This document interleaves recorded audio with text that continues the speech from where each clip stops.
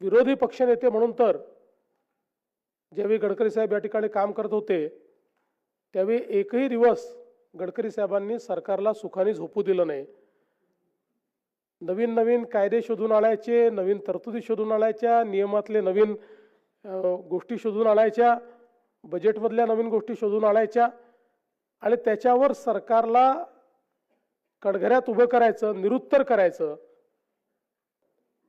आपल्या लोकशाहीचा इतिहास त्यांच्यापेक्षा 2000 वर्ष जुना आहे, पण आपण त्याचे कधी रेकॉर्ड ठेवले नाहीत। आणि म्हणून ज्या गोष्टी, जी तत्व आपल्याकडे तयार झाली तीच तत्व आज आपल्याला विदेशी तत्व म्हणून स्वीकारावी लागतात।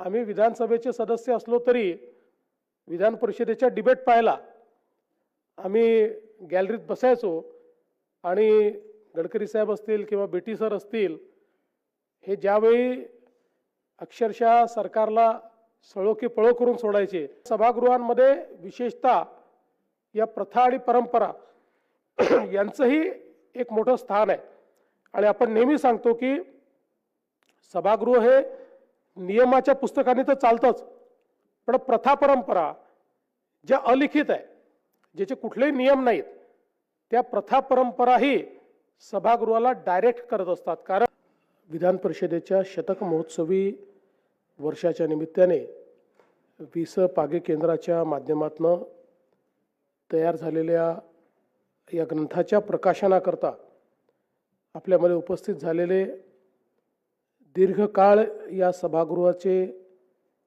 सदस्य म्हणून ज्यांनी तो काळ गाजवला असे आपल्या भारत देशाचे मंत्री, आमचे मार्गदर्शक माननीय नितीनजी गडकरी, सभापती राम शिंदेजी, अध्यक्ष राहुल नार्वेकरजी, महाराष्ट्राचे लोकप्रिय उपमुख्यमंत्री अजितदादा पवार, उपसभापती डॉक्टर नीलमताई गोरे, संसदीय कार्यमंत्री चंद्रकांतदादा पाटील, ज्यांनी हा ग्रंथ संपादित केला, असे तिन्ही मान्यवर, आपले पत्रकार आणि उपस्थित सर्व विधिमंडळाचे सदस्य, अभ्यास वर्गाकरता आलेले सर्व विद्यार्थी भगिनी आणि बंधूंनो, आपल्या विधान परिषदेला 100 वर्ष पूर्ण झाले आणि त्यानिमित्ताने जे काही विविध उपक्रम आहेत त्या उपक्रमाच्या अंतर्गत विधानमंडळात झालेल्या कायदे, ठराव, धोरण या संदर्भातलं एक संकलन करण्याचा विचार माननीय सभापती उपसभापतींनी केला। ही खरोखर अतिशय आनंदाची गोष्ट आहे। आपलं विधान परिषदेचं सभागृह हे एक अत्यंत ऐतिहासिक अशा प्रकारचं सभागृह आहे। इंग्रजी राजवटीच्या काळामध्ये तयार झालेलं विधान परिषदेचं सभागृह किंवा विधान परिषद, याच्यामध्ये देशातल्या अनेक महनीय लोकांनी या विधान परिषदेचे सदस्य म्हणून काम केलं आहे आणि विशेषतः आपले संविधानकार भारतरत्न डॉक्टर बाबासाहेब आंबेडकर यांनी देखील दीर्घकाळ या विधान परिषदेचं सदस्य म्हणून काम केलं आहे आणि या सगळ्या कालावधीमध्ये प्रथा, परंपरा आणि कायदे याच्या आधारावर विधान परिषदेचं कामकाज चाललं। पण खऱ्या अर्थानं विधान परिषदेला वेगवेगळ्या वेळी तिथे निवडून जाणारे जे सदस्य आहेत त्या सदस्यांनी समृद्ध केलं आणि खरोखर अनेक प्रसंग असे आहेत की या विधानसभेतल्या डिबेट्सनी कायद्यांना प्रगल्भता आली। त्या डिबेट्समुळे सामान्य माणसाच्या आशा, आकांक्षा आणि अपेक्षा या लोकशाहीमध्ये पूर्ण होऊ शकतात आणि ती संधी या सभागृहात मिळते हे अधोरेखित झालं। आणि म्हणूनच अशा प्रकारचे जे ट्रान्सफॉर्मेशनल कायदे आहेत, निर्णय आहेत, त्याचं संकलन करणं हे अत्यंत महत्त्वाचं आहे. खरं म्हणजे आपल्या देशामध्ये आपण एका गोष्टीत नेहमीच मागे राहिलो, ते म्हणजे रेकॉर्ड किपिंग. आपण ज्या प्रकारे आज पश्चिमी विश्वामध्ये रेकॉर्ड किपिंग झालं, आपल्या लोकशाहीचा इतिहास त्यांच्यापेक्षा 2000 वर्ष जुना आहे, पण आपण त्याचे कधी रेकॉर्ड ठेवले नाहीत. आणि म्हणून ज्या गोष्टी, जी तत्व आपल्याकडे तयार झाली, तीच तत्व आज आपल्याला विदेशी तत्व म्हणून स्वीकारावी लागतात आणि त्यांच्या विद्वानांची नावं घ्यावी लागतात. याचं एकमेव कारण आपण डॉक्युमेंटेशन केलं नाही. इतिहास हा संकलित करायचा असतो. इतिहासातल्या घटना या भविष्यामध्ये आपल्याला योग्य वाटचाल करण्याकरता दीपस्तंभाचं काम करतात. आणि म्हणूनच अशा प्रकारचे जेवढे ऐतिहासिक प्रसंग आहेत, हे प्रसंग संकलित करणं अत्यंत महत्त्वाचं आहे.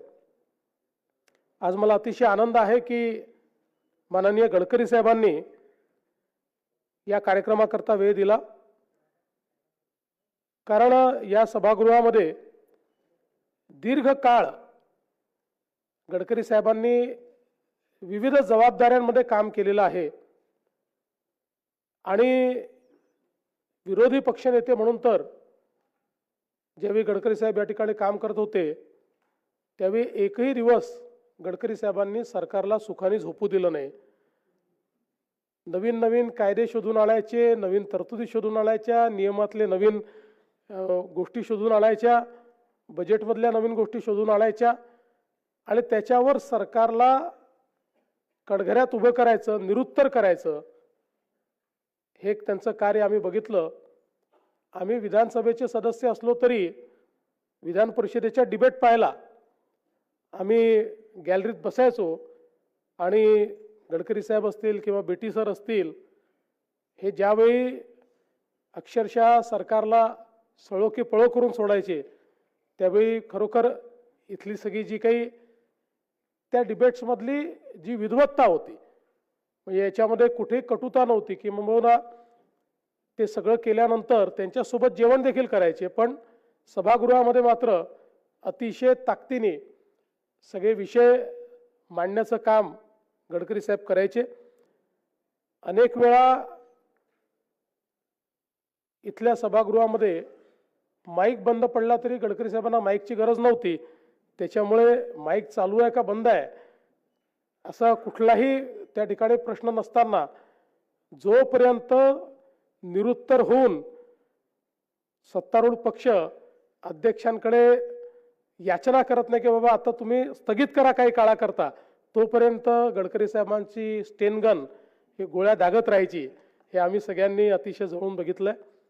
पण हे करताना निश्चितपणे विविध कायद्यांवर केलेली त्यांनी भाषणं असतील, बजेटवर केलेली भाषणं असतील, ही सगळी लोकशाही व्यवस्थेला समृद्ध करणारी आहे. आणि मला असं वाटतं हे महत्त्वाचं आहे. तर त्यांनी सांगितलं की कडघऱ्यामध्ये उभं करणं हा काही उद्देश नाही आहे, ती कार्यपद्धती आहे. उद्देश मात्र त्यातनं समाजातल्या शेवटच्या माणसाचा आवाज हा प्रतिबिंबित झाला पाहिजे, हे या कामकाजाचं सगळ्यात महत्त्वाचं धोरण असतं. आणि मला असं वाटतं की निश्चितपणे ते कार्य त्यांनी त्या काळामध्ये करून दाखवलं. आणि मग अनुशेषाचे विषय म्हणजे ज्यावेळेस भारताचं संविधान झालं त्यावेळी भारताच्या संविधानामध्ये 356(3) असं आर्टिकल टाकण्यात आलं. पण त्या आर्टिकलचा उपयोग हा पहिल्यांदा या महाराष्ट्रामध्ये, की ज्याच्यामध्ये महाराष्ट्राला 3 भागामध्ये विभागून इथला विभागीय असमतोल दूर करण्याकरता नागपूर कराराप्रमाणे ते आर्टिकल घालण्यात आलं. पण 1950 नंतर त्याचा पहिल्यांदा उपयोग जर कोणी केला असेल तर तो गडकरी साहेबांनी या ठिकाणी केला आणि त्यातून निश्चितपणे राज्यपालांचे डायरेक्टिव्ह हे शासनाला मिळून एक मोठा मागास भागाचा फायदा हा झालेला देखील आपण सगळ्यांनी बघितला। आज खरं म्हणजे जे कायदे आहेत हे इतके वेगवेगळ्या प्रकारचे आपण करतो आणि या कायद्यातनं प्रशासन मोठ्या प्रमाणात त्या ठिकाणी लोकांपर्यंत न्याय नेण्याचं काम करतं आणि मला एका गोष्टीचा नेहमी आनंद असतो की या सभागृहामध्ये असलेले 90% लोक वकील नाही आहेत। त्यांनी कधी कायद्याचा अभ्यास केलेला नाही आहे। गडकरी साहेब तर वकील आहेत, पण 90% लोक वकील नाही, त्यांनी कायद्याचा कधी अभ्यास केला नाही, पण तरी त्यांच्या चर्चेतनं कायदा प्रगल्भ होतो। म्हणजे मी कधी कधी विचार करतो की हे जे कायदे आपण तयार करतो हे जर लोकशाही पद्धतीने झाले नसते तर कदाचित सामान्य माणसाच्या आशा आकांक्षा अपेक्षाचं रिफ्लेक्शन प्रतिबिंब त्यात कधी उमटूच शकलं नसतं। ही सगळी मंडळी जी जमिनीवर काम करतात त्यांचा जो अनुभव आहे तो अनुभव ज्यावेळेस या कायद्यांमध्ये मिसळला जातो त्यावेळी तो कायदा खऱ्या अर्थानं लोकहिताचा कायदा होतो। आणि म्हणून या ज्या डिबेट्स आहेत, या ज्या चर्चा आहेत, अनेक प्रसंग आपण बघितलेले आहेत की चर्चेच्या दरम्यान शासनाला लक्षात येतं की समोरच्या आमदारांनी मांडलेला जो काही विषय महत्त्वाचा आहे आणि हा झाला नाही तर कायदा अपूर्ण राहील, त्यावेळी सरकार सभागृहात अमेंडमेंट आणून असे कायदे बदलतं आणि त्याच्यामध्ये त्या प्रकारचे बदल देखील आपण घडवत असतो। मला असं वाटतं या सगळ्या प्रक्रिया एक अतिशय ऐतिहासिक अशा प्रकारच्या प्रक्रिया आहेत आणि आपली सभागृह जी आहेत या सभागृहांमध्ये विशेषतः या प्रथा आणि परंपरा यांचंही एक मोठं स्थान आहे। आणि आपण नेहमी सांगतो की सभागृह हे नियमाच्या पुस्तकाने तर चालतंच, पण प्रथा परंपरा ज्या अलिखित आहे, ज्याचे कुठलेही नियम नाहीत, त्या प्रथा परंपराही सभागृहाला डायरेक्ट करत असतात। कारण शेवटी इथे व्यक्त होणाऱ्या संवेदना या कुठल्याही पुस्तकात लिहिलेल्या शब्दांपेक्षा महत्त्वाच्या आहेत, त्या शब्दांच्या पलीकडच्या आहेत, त्या कदाचित कुठलंच नियमाचं पुस्तक कॅप्चर करू शकत नाही, त्या या प्रथा परंपरेच्या माध्यमातून कॅप्चर होतात। आणि म्हणूनच मला असं वाटतं की आज जे काही हे पुस्तक निघालेलं आहे यातनं येणाऱ्या काळामध्ये जे अभ्यासक आहेत, विचारक आहेत किंवा विधानमंडळात ज्यांना काम करायचं आहे त्यांच्याकरता एक उत्तम अशा प्रकारचा संग्रह या माध्यमातून आपल्याला मिळालेला आहे। त्याबद्दल मी पुन्हा एकदा विधानमंडळ सचिवालय, CPA, माननीय सभापती, माननीय उपसभापती, माननीय अध्यक्ष या सगळ्यांचे मनापासून आभार मानतो। आणि या चांगल्या कार्यक्रमाकरता नितीनजींना आपण निमंत्रित केलं, पुन्हा एकदा त्यांच्याही स्मृतींना उजाळा मिळाला आणि आपल्यालाही अनेक त्या काळचे संदर्भ या ठिकाणी ऐकायला मिळाले, त्याबद्दल आपले आभार मानतो। नितीनजींचे मनापासून स्वागत करतो आणि माझे 2 शब्द संपवतो। धन्यवाद। जय हिंद, जय महाराष्ट्र।